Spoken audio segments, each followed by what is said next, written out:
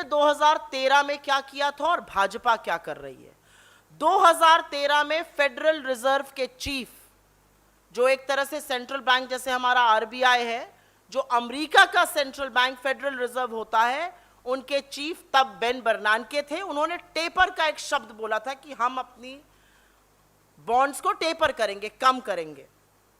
उसके चलते रुपया टूटा था, 15% गिरा था रुपया मार्च से अगस्त 2013 के बीच में। लेकिन 4 महीने के अंतर मल्टी प्रोंग्ड अप्रोच से, पहले फाइनेंस मिनिस्ट्री और आरबीआई का जो साझा प्रयास था, उस मल्टी प्रोंग्ड अप्रोच के चलते रुपया जो 59 से गिरकर 69 तक चला गया था, उसको वापस 58 पे लाया गया।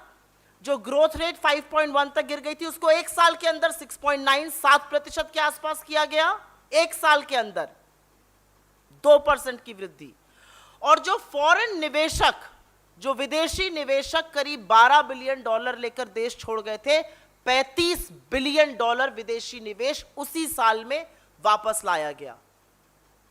तो 15% गिरे हुए रुपए को वापस लाया गया, ग्रोथ को वापस लाया गया और विदेशी निवेश को वापस लाया गया। तो आज ये जो ज्ञाता, ये जो ज्ञानी 80 रुपए पार होने पर अंतरराष्ट्रीय कारणों की, अंतरराष्ट्रीय बाजार की दलील दे रहे हैं, ये अंतरराष्ट्रीय कारण 2013 में और भी भयावह थे। लेकिन एक समझदारी दिखाते हुए, सूझबूझ के साथ, आरबीआई गवर्नर तब रघुराम राजन थे, यूपीए की सरकार थी, वित्त मंत्री चिदम्बरम जी थे, प्रधानमंत्री मनमोहन सिंह जी थे, यूपीए की चेयरपर्सन सोनिया गांधी जी की अध्यक्षता में उस रुपए को संभाला गया। और जब हमने आपको बागडोर इस देश की दी तो 58 रुपए प्रति डॉलर पर रुपया था, जो आज 80 पार हो गया है। 22 रुपया गिरना तो सच में गिरी हुई प्रतिष्ठा और गिरी हुई आबरू है। पर ऐसा क्यों हो रहा है? क्या आरबीआई कुछ नहीं कर रही है? कर रहे हैं।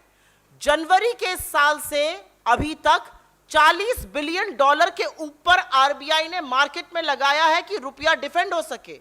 उसके बाद भी रुपए क्यों गिर रहा है?